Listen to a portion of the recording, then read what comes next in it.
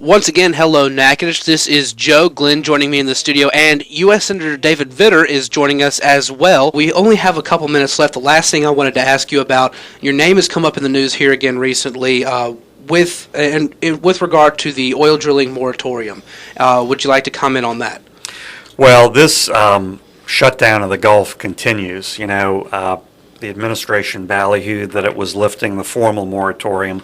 Problem is there's still a de facto moratorium that has shut down deep water. Since the Deepwater Horizon explosion, there hasn't been a single new deepwater exploratory permit issued by the Obama administration, not a single permit.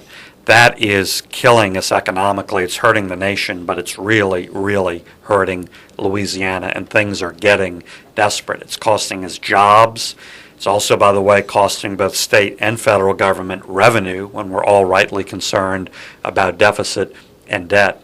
It's costing us energy security at a very unstable time in the world when, who knows, the Suez Canal could be closed next month. So I'm using every tool available to try to change that and to try to get the Obama administration to issue permits.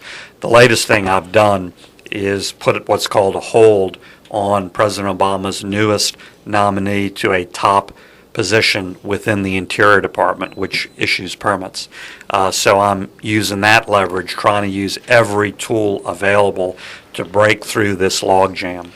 Senator, when did we get to the point? It's kind of like I asked my wife 30 years ago, when did I lose control? And she said, well, you really never had it. Because, as you get married, you gradually lose it. But when did we lose control that a department like EPA can stop production of oil at a time because we want our air clean, but we can increase our purchase of oil by tenfold, and they think that's okay? We could actually survive with what's in the United States territory. Oh, we have huge reserves, not only oil, natural gas, which is clean, coal, and we're developing clean coal technology, and yet Congress traditionally has put about 95% of all that off limits, and we're the only energy-rich country that does that in the world, the only one that puts 95% of our huge reserves and resources off limits. It makes no sense for our economy, for our energy security, for jobs, even makes no sense for revenue. After the personal income tax, the biggest source of federal revenue are royalties on energy production.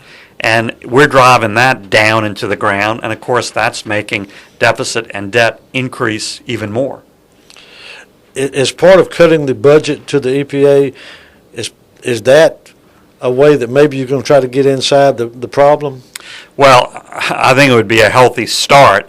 Now, the permit issue is actually not in EPA, it's in the Interior Department.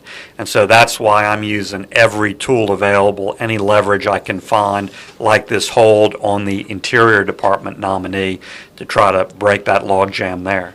All right, Senator. Well, we've kept you longer than you were scheduled for, and we thank you very much. I really enjoyed the visit. Thank you all. You can check out all this and more on AM Natchitoches on 1450 KNOC every morning, 8:30 to 9 a.m. You can also check us out online at www.1450knocradio.com.